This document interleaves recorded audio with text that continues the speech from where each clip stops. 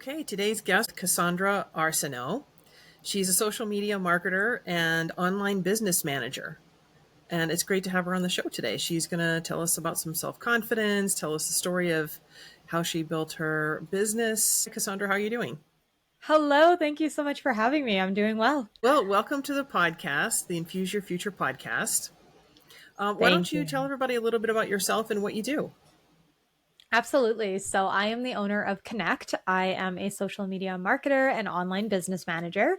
Essentially, I help other entrepreneurs with all the back end things of their business. A lot of times, social media, email sequences, funnels, processes, all of that can take up a lot of headspace for us. And business owners want to be in their creative energy. They want to do the things that they enjoy doing rather than all the back end stuff that they have to do, quote unquote. And so that is what I do. I help them with all the organization, all the systems, all the processes on the back end so that they can stay in their zone of genius. I love that Thank because I don't have a good relationship with technology at the moment. So having someone else do all that for me is wonderful. Absolutely Yes. wonderful. Most people don't, especially as you think about all of the different pieces of technology that are involved. It can get very overwhelming very quickly. Now, I know one of the things that you love to talk about is self-confidence, belief in yourself, and I'm sure you needed to have those traits in order to build your business and to be successful in your business.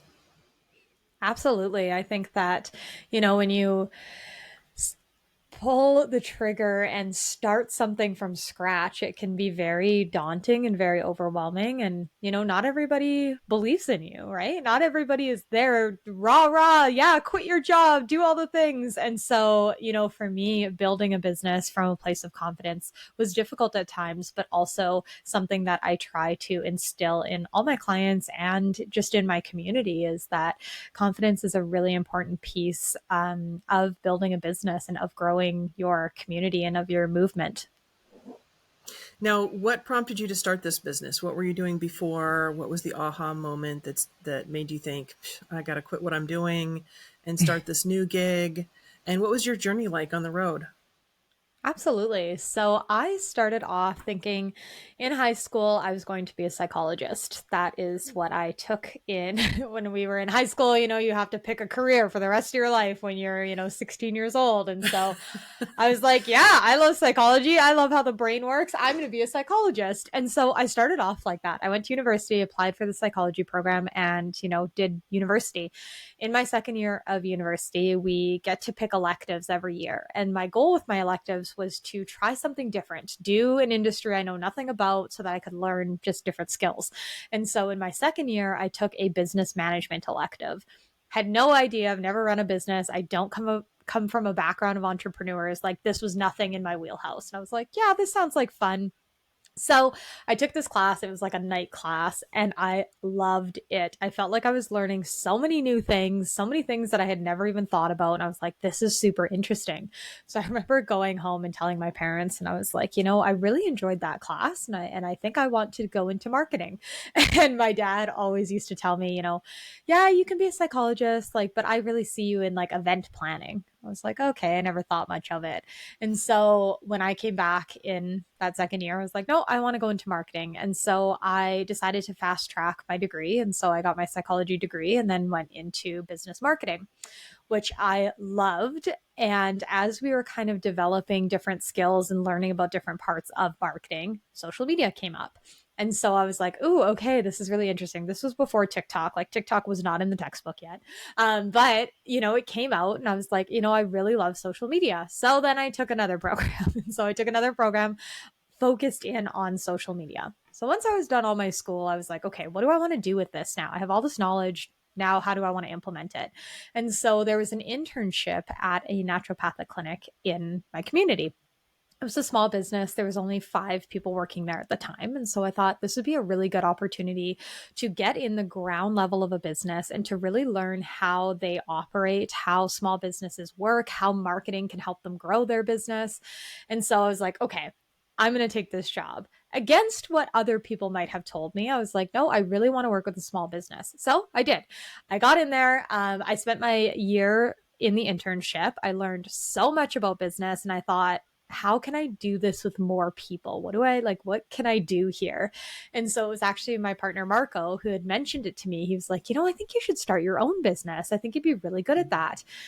And so I was like, sure, why not? Let's try it. And so I had spent 3 months building the back end of my business. I quit my internship. I had saved up enough to quit my internship, and I gave myself 3 months to build my business. I built the website, the social media pages, the offers, all the things that, you had the time to build. And so I took the time to do that, and then I launched.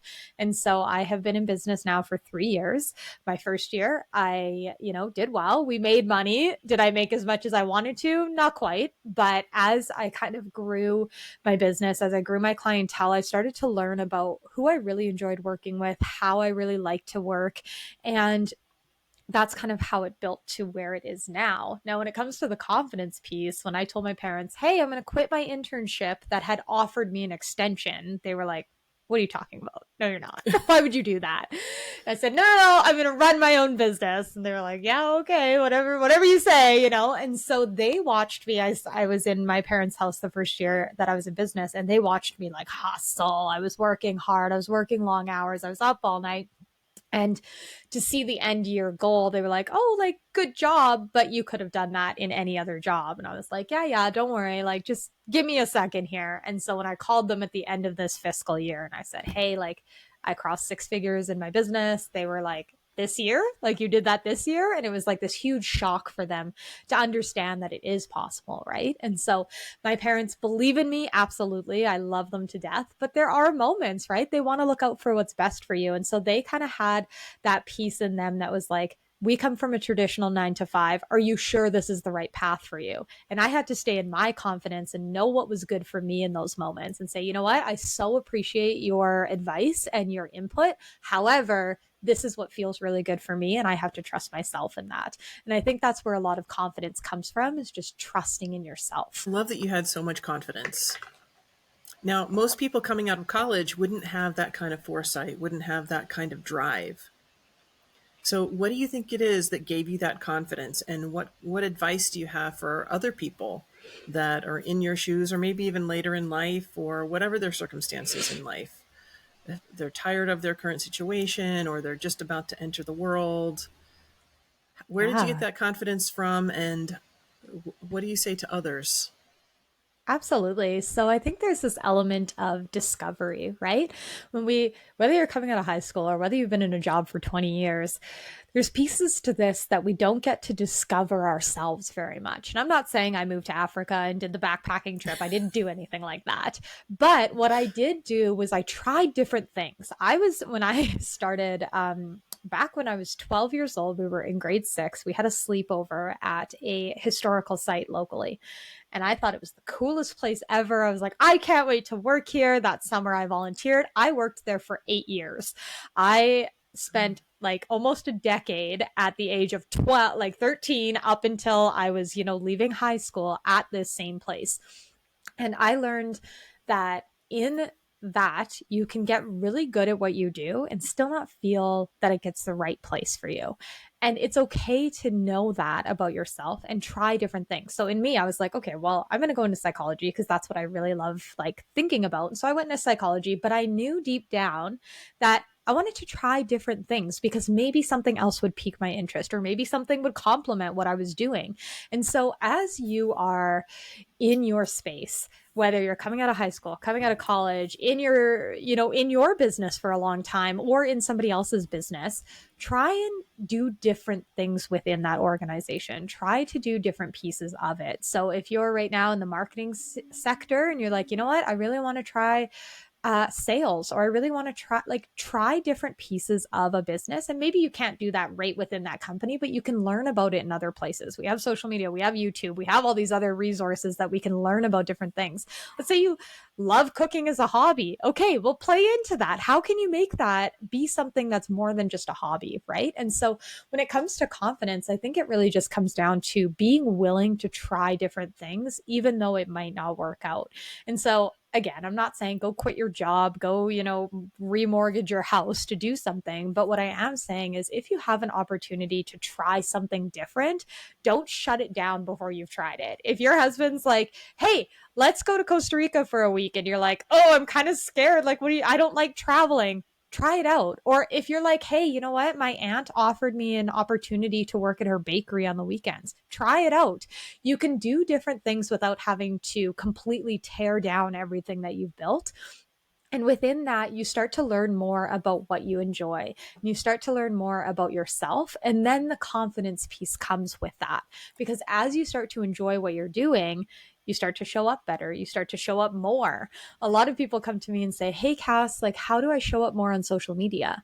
And the first thing I ask them is, what's your block with social media? There's a reason why you don't want to be there. There's a reason that's coming up inside of you that feels scary or nerve wracking or judgmental or whatever it is. Everybody's different, but whatever that is, there's a reason why you don't want to show up. Once we can break down that block around it, the confidence starts to come back because now it feels exciting for you. It feels lit up. It feels happy to be there. And so when you're thinking about confidence and you're thinking about changing careers or changing direction, sit in yourself, think about it. What feels really exciting for me? Maybe a little nervous, maybe a little worried, but what feels exciting for me? That's the direction you want to follow. My dad once said to me, we're learning how to drive. First time I got behind the wheel, he's like, okay, we're at a dead end street. He's like, okay, how do you feel? And I was like, I feel scared. And he's like, okay, if you feel scared, you're not driving. And I was like, what do you mean? He's like, you're not going to drive if you're scared of it. And I was like, okay. He's like, are you nervous? Are you worried? What's the actual emotion? And I was like, no, I'm nervous. He's like, okay, you can be nervous, but when you're scared of something, there's a reason for that, right? So think about it. Are you nervous or are you scared of it? What's the actual emotion? And we can work on that. We can gain the courage. We can gain the excitement. It just comes with some practice. It comes with time. It comes with knowing yourself and knowing what you really enjoy. I've also heard people say that just it's a reframe. Yeah. Reframe Yes. fear. Fear is just another way to say excitement. If you can reframe fear as excitement, then you take something that is terrifying and make it fun.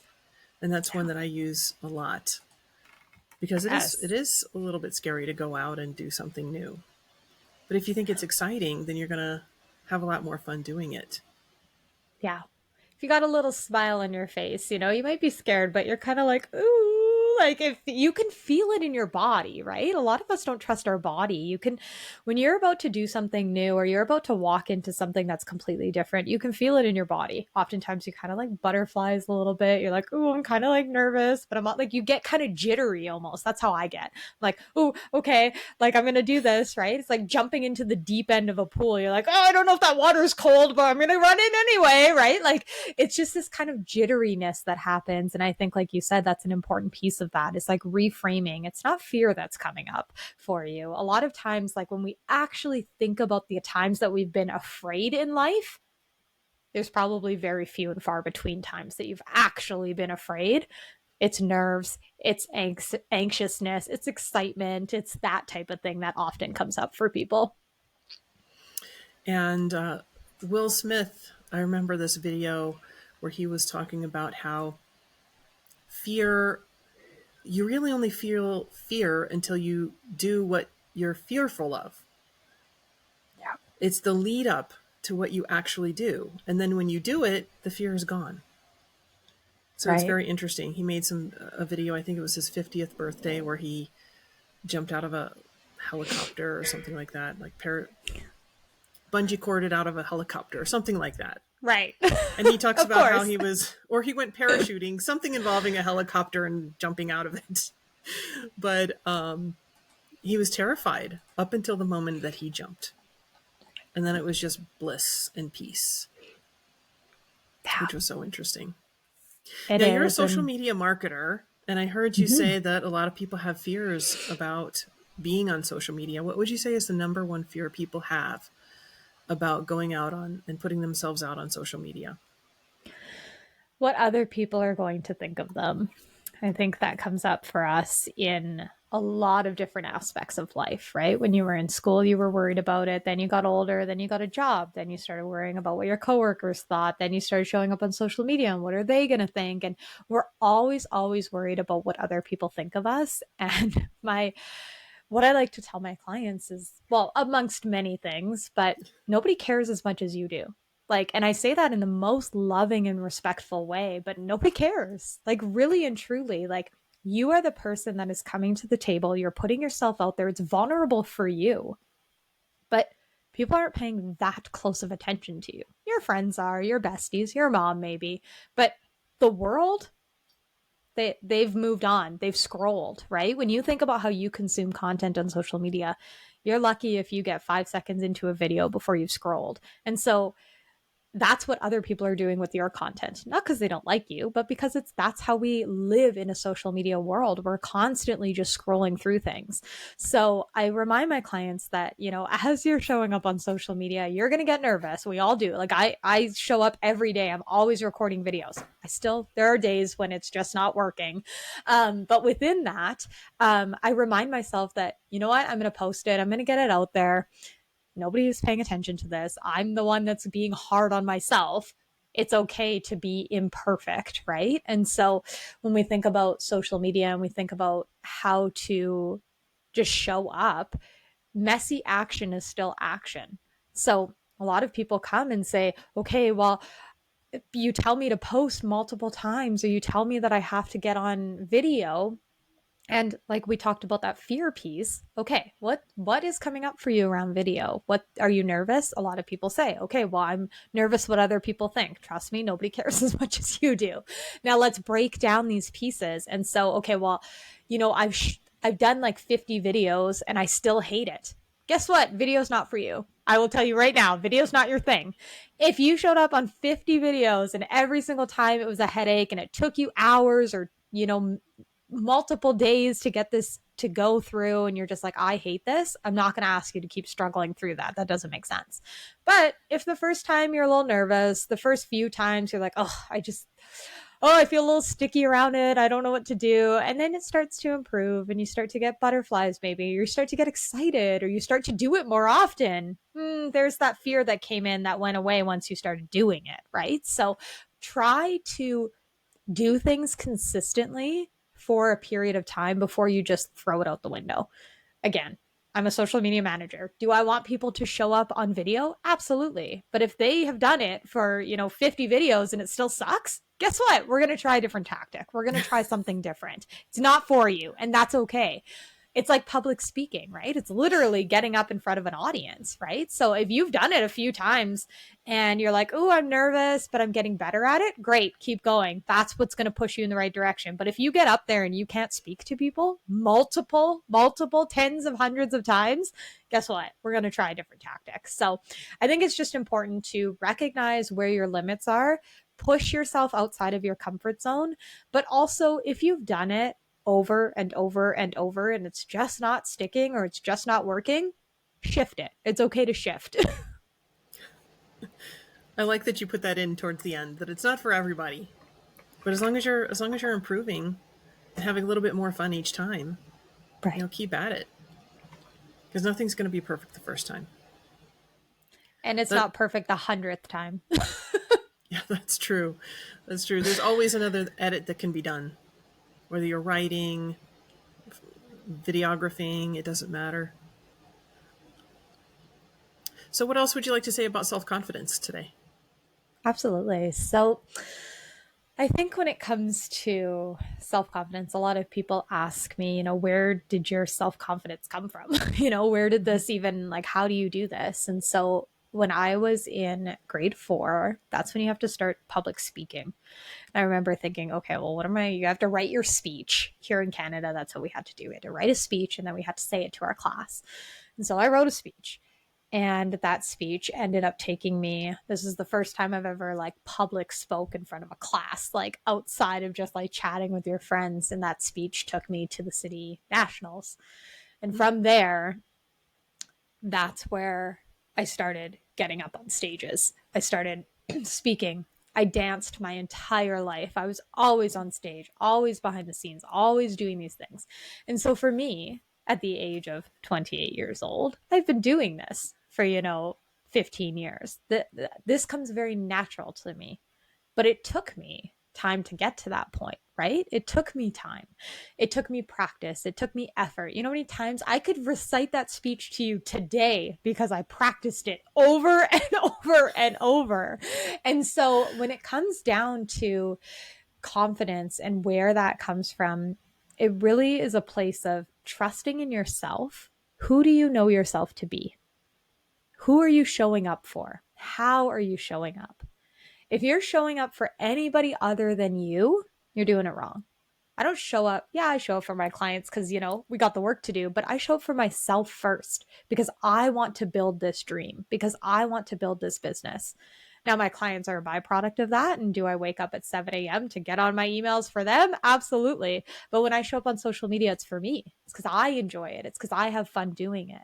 So when it comes to self-confidence, really think about, who are you doing this for? Is it for somebody else? Because it's like quitting a bad habit. If you're doing it for anybody else, you're probably never going to quit. If you're like, okay, I'm going to stop eating sugar. I'm going to do it because my doctor said it's good for me, or because my wife wants me to do this, or because my kids should know. Who are you doing it for? When you start doing it for yourself, that's when the shift changes. That's when things start happening. So why are you showing up? Who are you showing up for? Who do you know yourself to be? That's a big piece of this. Reminding yourself that, again, nobody else cares. Nobody else is judging you as much as you're going to judge yourself. And practice doing it consistently, putting yourself in maybe slightly uncomfortable pieces to get better at these skills. So like I said, when I was in grade 4, as what are you in grade 4, 10 years old, standing up in front of hundreds of people, did that sound fun? No. I was like, are you joking? I don't know how to do this. This is the first time I've ever done something like this. But okay, that was an introduction. And then I kept doing it after that. I kept showing up. I kept doing it. Okay, then I danced. Then I showed up in other speech competitions. Then all of these pieces. Now I'm doing these types of things. So when you think about your business, or when you think about how you're going to start showing up, okay, maybe you show up on Instagram, right? And you do a little video of yourself. You put it on your stories. You're like, oh, that felt not great, but I did it anyway because messy action is still good. I put it up. Then tomorrow, do it again.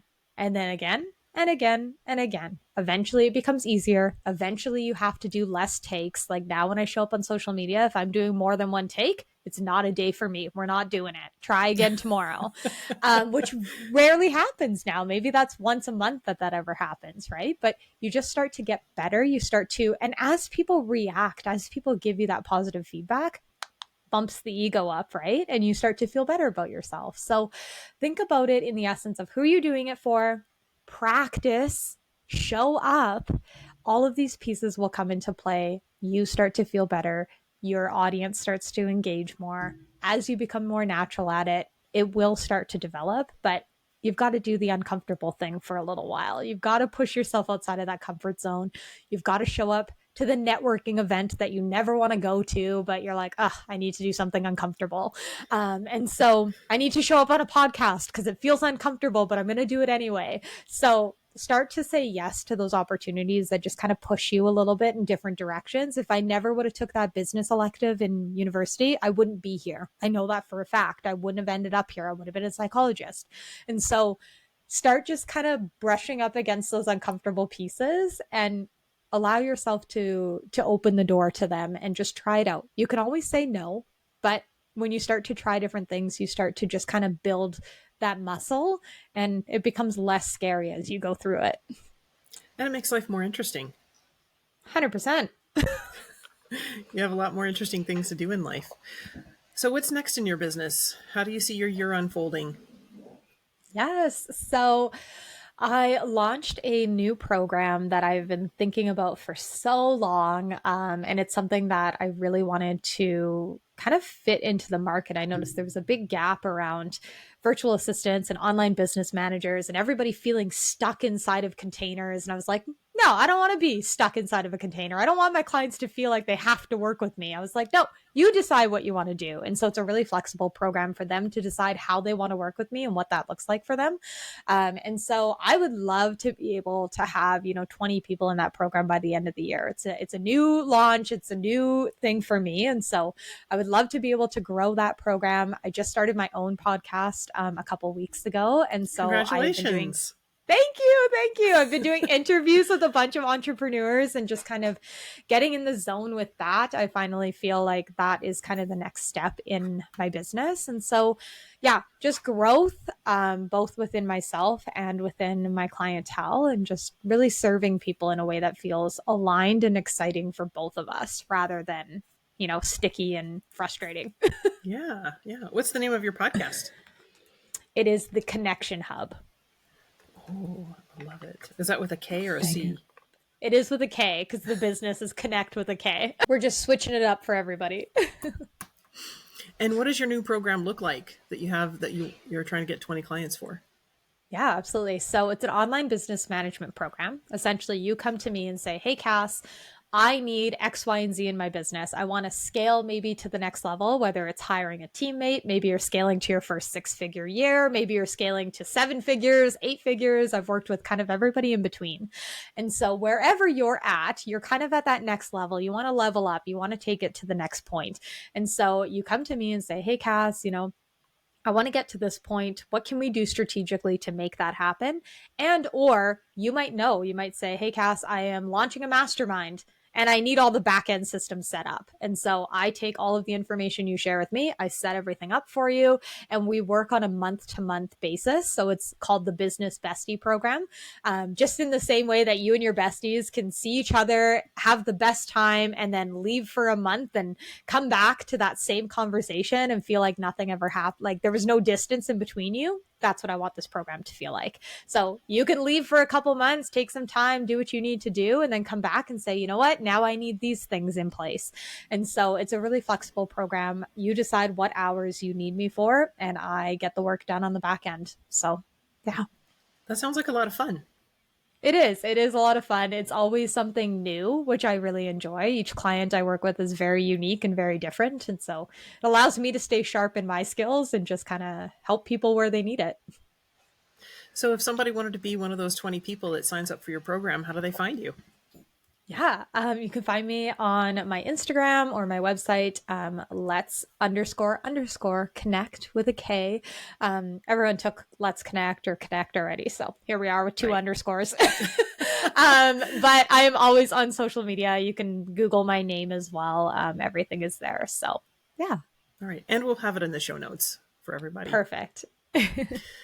I love giving people a call to action at the end of each episode, something that they can do to infuse their life, infuse their future right now, today, whether they have money, whether they have time. Do you have any suggestions for people? Yes. Okay. This week, whenever you're listening to this week, I want you to go out and say yes to something you normally wouldn't. So whether that's a coffee date with a friend you haven't seen in years, or it's an Instagram live, or it's skydiving, whatever direction you want to go in, I want you to say yes to something that normally you'd be like, I don't really know if I want to do that. Go, just say yes, enjoy the moment, learn from it. If it was something at the end you were like, yeah, I just really didn't enjoy that, no problem. Or if it was something that you ended up having fun with, now you have an introduction to something that you can keep playing with. So go say yes to something. That's what I would love for you to do this week. That sounds fantastic. I'm definitely going to take you up on that. Yes. Well, thanks for being on the show. It was so much fun. Yes. Thank you so much for having me.